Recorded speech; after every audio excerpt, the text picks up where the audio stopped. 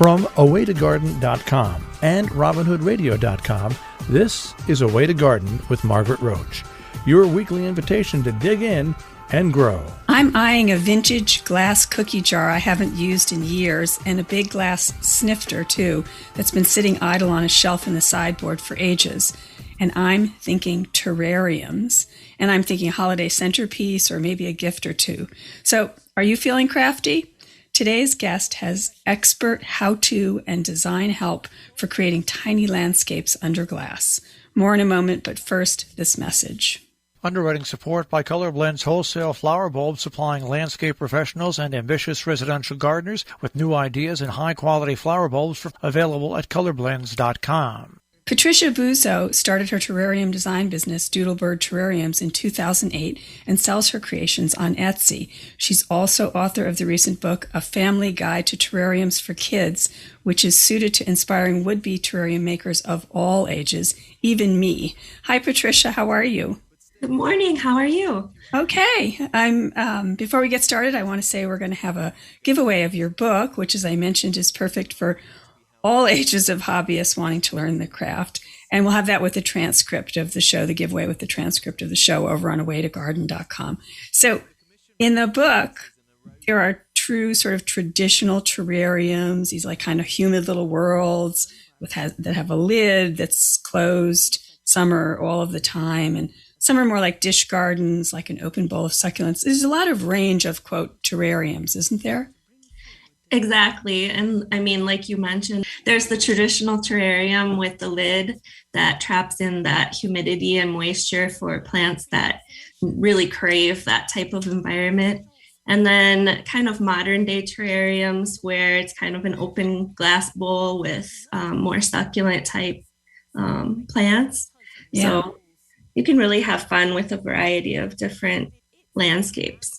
So if I want to get started, and where does the planning begin? I mean, the most strategic, smart kind of planning, not just, oh, that looks pretty, I'll shove that in over here, but yeah. Like from your expert, like, do I start like I do with an outdoor garden and think about what's the light going to be where I'm going to place this thing? Or do I start with the vessel, the container? Or where's the beginning? Well, you hit the nail on the head when you said starting out with, like, I would say start out with the plants that you want to use. And from there, you can plan everything else out. So you want to kind of make a list of plants that you like, and then maybe do a little research, Google them, and find out what their care requirements are, what kind of light they need, humidity, especially when we're talking about terrariums, that's important, and watering, so forth. And so once you have that information, you can start to group together the plants that would be most appropriate together. And from there, choose your vessel. So if you find that your plants have all been ones that are like ferns and mosses that really like that humid environment, then you can pick a vessel that has a lid and then go from there. Find out what kind of soil they need and watering and so forth. But that would be the place to begin, is start that list and find out what plants you want to use. So it's that sort of same as in the garden, right plant, right place. You got to match it to the conditions. And in this case, you can start with a plant, but unlike in your backyard, you can't change the conditions exactly, but you want to match the two. Okay. Exactly. Okay. All right. Yeah. And so, with the containers, in your book, you have so many different ideas, and that's what's so great. And again, even though it says on the cover, A Family Guide to Terrariums for Kids, it's really, it would make great holiday projects or crafty projects anytime for families to do. But for grown-ups too, you have small vessels, containers, and big ones, and all kinds of different things. Like I have this whole collection of old canning jars. Who knows why every time I would see a case of old canning jars at the thrift shops stuff over the years, I would get it. And now I've got so many of them, I was thinking, wouldn't that be kind of interesting, So even in a small little container, I could do something kind of fun, right? Or it could be a big 10-gallon aquarium, right? It's a range. yeah, you really have a wide variety of options. What, like you said, the canning jars. When I first started out over 10 years ago, that's basically all I used were canning jars, and I would make, yeah, I would make little terrariums in that and just put them up on Etsy and kind of see how it would sell if it were, and since they were so popular, that's kind of where my business started really thriving. So yes, canning jars are a perfect environment, and you can get different sizes, like you said. Right.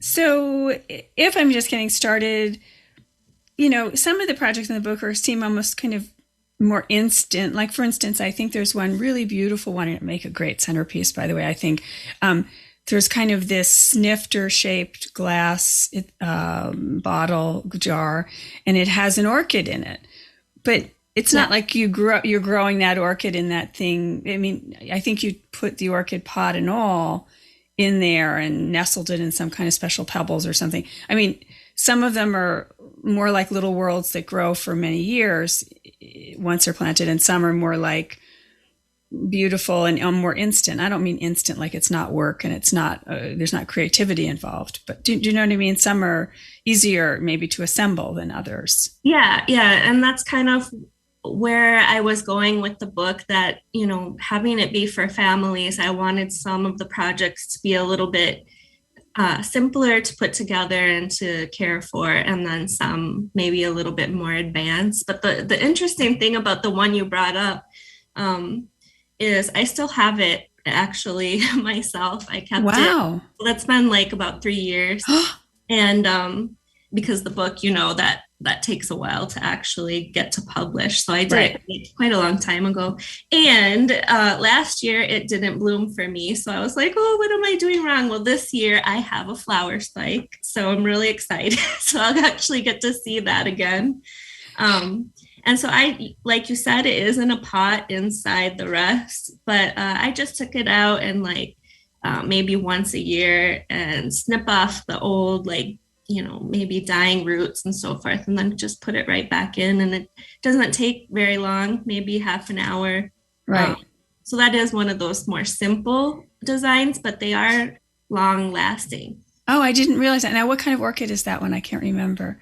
Do you think? You're going to make me pronounce. Oh, no, it's okay. Is it Paphiopedilum? Is it? Yes. It's a Paphiopedilum. That's what I thought. Yes, it is. It's kind of a dwarfy. It's not a giant one. It's kind of, it must be, it's a little scaled down because it's in this, again, it's like in a snifter kind of thing. And so you nestled this, and people may have seen, sometimes orchids come in like little perforated pots, like a little mini plastic basket or something.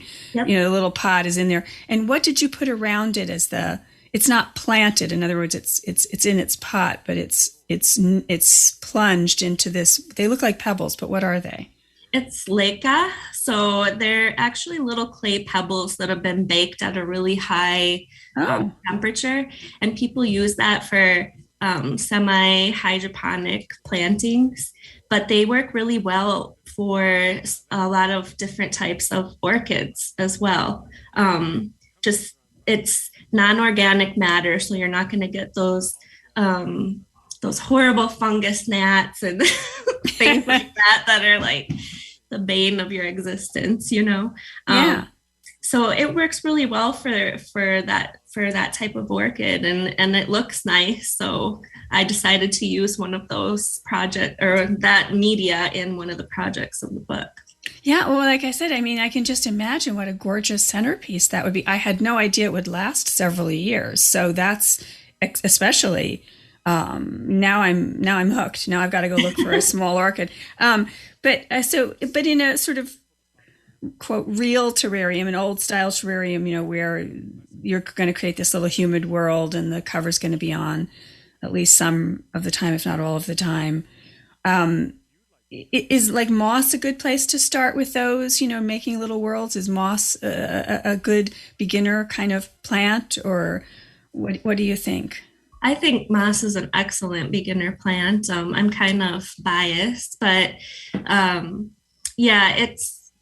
it's really, it loves that humid environment. So a closed terrarium is perfect. It also doesn't need very much light at all. In fact, I probably shouldn't say this, but some of my terrariums that I have are sitting in a room with like no natural light at all. So, and they do fine. Right. I mean, should probably not try that, but it does occasionally work. Right. Don't try this at home. Yeah. Right? Don't listen to the expert. Don't do right. it. Right.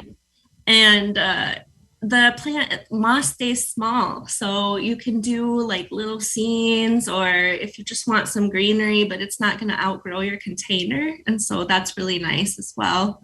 And I love what you said in your article for the New York Times, that there are no roots to rot. And that is so true. Moss doesn't have a root system. It just kind of grows on whatever. Right. So, right. And we should say we did together a New York Times article recently, a garden column recently, and that was really fun. And to get to showcase all your beautiful photos of your work. Yeah. And it seems like moss would be good in those canning jars of mine. It seems like I should get on that, because that's something that is small enough. But what I loved that you told me one of the previous times we've spoken, and it really made me think, is that, and I can't believe I haven't done so in all the years I've been a gardener, but even with moss, it's not all the same. And you pointed out that some moss can look like a little mound or a little hill, and some can look like a fern, and some can look like a tree, and so what kinds of moss do we want to start with? Are there any that you particularly like that you want to share? Yes. Well, my favorite moss, and the one that does the best in terrariums, is called cushion moss. Uh-huh. And that one is my absolute favorite. And then the second moss I like to use a lot is the rock cap moss, or dicranum moss. That also does really well in terrariums. It's a little bit taller, a little bit darker, and so you get a contrast there.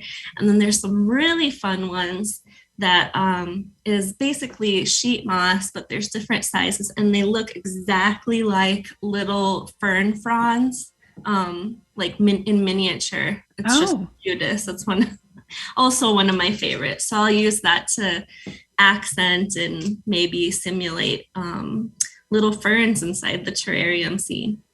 And you had said ferns earlier too, when we were speaking about, liking humidity and so forth, but a lot of the true ferns get too big for terrariums. And you have sort of some other fern lookalikes besides that type of moss that you recommend, sort of to fake the fern look, right, in sort of these miniature worlds. Yes. Yeah. Oh, I'm sorry. No, the spike moss, which isn't actually a moss, it's kind of a fern ally is what they call it, but it's one of those similar types of plants, and that just loves the humidity. It loves it so much. It loves terrarium life so much that sometimes it kind of takes over. So you do have to get after it with trimming on a regular basis, but it really makes a wonderful terrarium plant. So that's Selaginella. That's kind of a fun creature. So you're just talking about sort of some maintenance, implying some maintenance, but let's talk about like the basic, backtrack to the basic sort of engineering, because whatever you create, whether it's going to be a moss world, and with some of yours, I mean, what's so beautiful is that you create like this simulated terrain.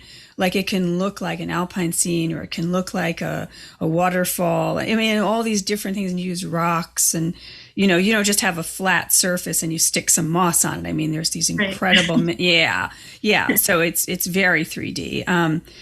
But with the basic engineering, no matter what you're going to be doing, these are vessels these containers don't have drainage holes. This is not a flower pot. So what do we do? Where do we begin? Yeah, so the first thing that you're going to want to do is create a drainage layer. And you can do that with a few different medias. Aquarium Gravel is one that's probably most readily available and easy to use. You want to, depending on the size of the container, but let's say you have an average container, around 10 inches or something high. You want to do about an inch of that drainage media. And then on top of that, you can do whatever soil mix that you're going to be using. Some people use the horticultural charcoal, and that's Right. too, that can keep it kind of fresh inside. Actually, that can be a great drainage layer, and I've done that myself. Oh, so we can use sort of a gravelly, pebbly thing in the bottom and or charcoal, and that creates a place like a reservoir for the moisture since it can't drain out the bottom to go to. Exactly. Okay. And it Okay. keeps you away from your precious roots. Okay. Okay. And so the drainage layer, and then on top of that, we have to have some kind of planting medium, some quote soil of some kind. And so I guess it depends what you're growing, what medium you choose. Like for the mosses, what do you like to use? For moss, I like to use coco coir. Oh, It's just ground up coconut husks, and it's really environmentally friendly.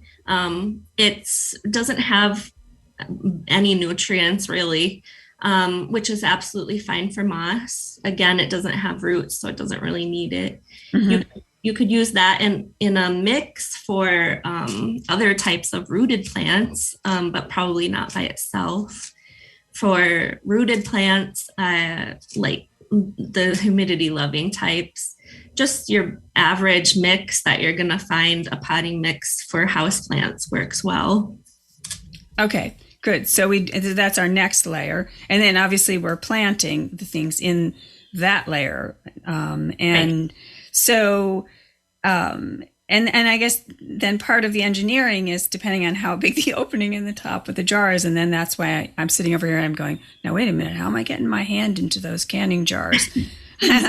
So I guess we need a few key tools to do that, right? Yes, my favorite tool and the one that I use the most are long aquarium tongs. You can find those online or even at the pet store sometimes, depending on the pet store. They're about 12 inches. You can get some really huge ones, depends on the vessel you're using and how big it is. But they make life so much easier. You can grasp the plants and different rocks and things and get that right in there without having to fit, your fat hand through Right. the opening of the container. Right. You could use chopsticks as well. I'm not quite as good at chopsticks myself because I have like no dexterity, I guess, but that's also an option if you don't want to buy the tongs. Mm-hmm. And so like for pruning, because you were talking before a little bit about maintenance for pruning, or, if that selaginella, that sort of fern look-alike thing starts to take over, we got to do some trimming. I mean, we're not getting a hedge clipper in there. So we're using like a long thin scissor or something. Yeah, exactly. Actually, a lot of if you're looking for those tongs for the aquarium tongs, you can find sets that come with the scissors, and they're long handled just to get into those really tight places. So right. Go ahead. Sorry. No, and then a spray bottle, I guess, is our other key tool, right? Because we've got with moss, I suppose we mist it occasionally, but in some cases we have to water occasionally also. So a spray bottle, is that our other? Spray bottle. And I like the ones that you can adjust the nozzle from like a fine mist spray to more of a targeted spray. Because I also use that to clean the insides of the glass. You just kind of spray it at an angle and it gets any dust and debris, it goes right down the side into the soil. I see.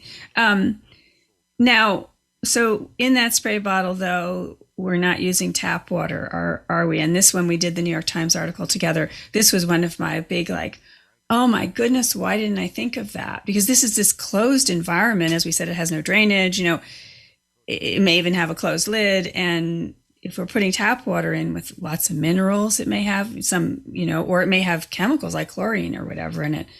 Not a good thing, right, for the terrarium? Well, exactly. It builds up so quickly, and your plants just, no matter what, some are more sensitive than others. Moss is actually really sensitive. Others could take it for a while, but it really is going to affect the health of your plants. And not only that, but if you're using tap water, you're going to get hard water stains on the glass. And nobody wants that. So using the distilled water is my preferred way to go. You can get a gallon jug at the grocery store for maybe a couple dollars, $1. So it's not like you're out a huge amount of money by using this type of water for your terrarium. Right. And we're not going to be watering these again, especially the ones with the more traditional closed or semi-closed lid. Minimal amount of misting or watering, very little. We're not going to use a gallon a day or a gallon a week. No, or a gallon a month. Exactly. Because if it has a lid, there's no evaporation, right? And so it's going to be quite a while before you water again. Right, and it can be weeks, it can be months, depends on what the vessel is and all of the different environmental factors. But in the last, maybe 3-4 minutes, I wanted to just talk about some tropicals, because the moss is one thing, and it's a great way to start. And as you point out, with several different types of moss, we can get that sort of different landscape plant almost simulation in miniature. But with tropical plants, a lot of the traditional house plants that we see in the store, they don't want to be in a humid environment. They want, right? I mean, there's certain tropicals that you use that are not only small enough, but can also be in an enclosed environment. What are some of your sort of tried and trues that are good for starter plants for those of us who might go to the garden center after hearing this show and do some shopping? Yes. Okay. So, what you said was right. A lot of the plants that we use for house plants, they wouldn't be appropriate, and they get huge, and so it would be difficult. Yeah, so one of my favorite plants to use is our jewel orchids, and they may not be readily found in plant stores, but you can mail order them. Really, you can find them on the internet pretty easily.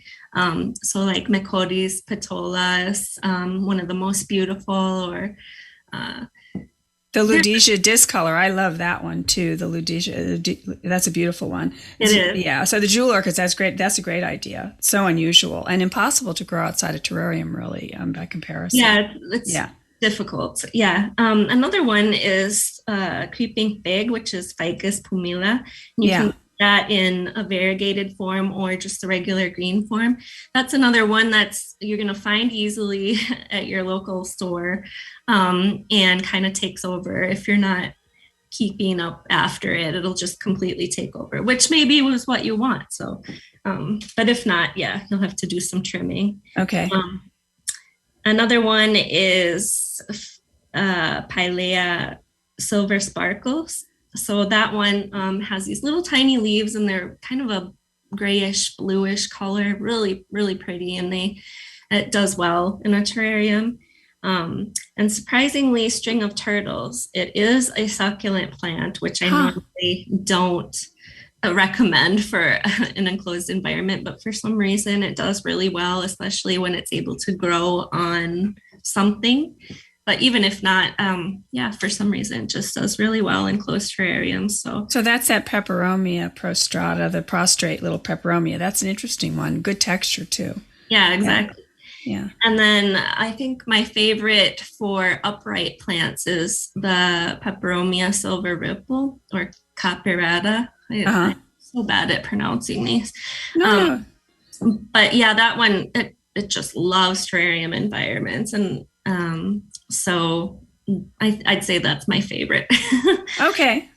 So the upright peperomia too. Okay, good. Those are some good ones. So all right. So as I said, we're going to have a giveaway of the book with the transcript of the show over on awaytogarden.com. So it's a family guide to terrariums for kids, but it doesn't matter what size your hands are, right? It's good for everybody. Right. And because I keep referring back to it now to kind of make my plan for some crafty stuff I'm going to do.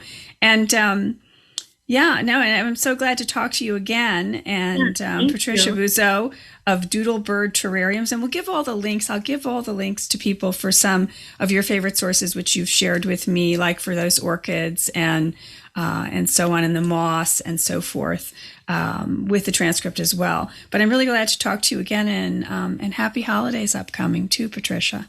Yes, thank you so much. It was just a real joy to talk to you. Okay, talk to you soon again. All right, bye-bye. Underwriting support by Color Blends Wholesale Flower Bulbs, supplying landscape professionals and ambitious residential gardeners with new ideas and high-quality flower bulbs, available at colorblends.com. And thanks to all of you for listening to Now Don't Miss an Episode. You can subscribe free to the podcast version of the show on Apple Podcasts or Stitcher, or Spotify. And you can find me anytime at awaytogarden.com and on Facebook and on Instagram as @awaytogarden.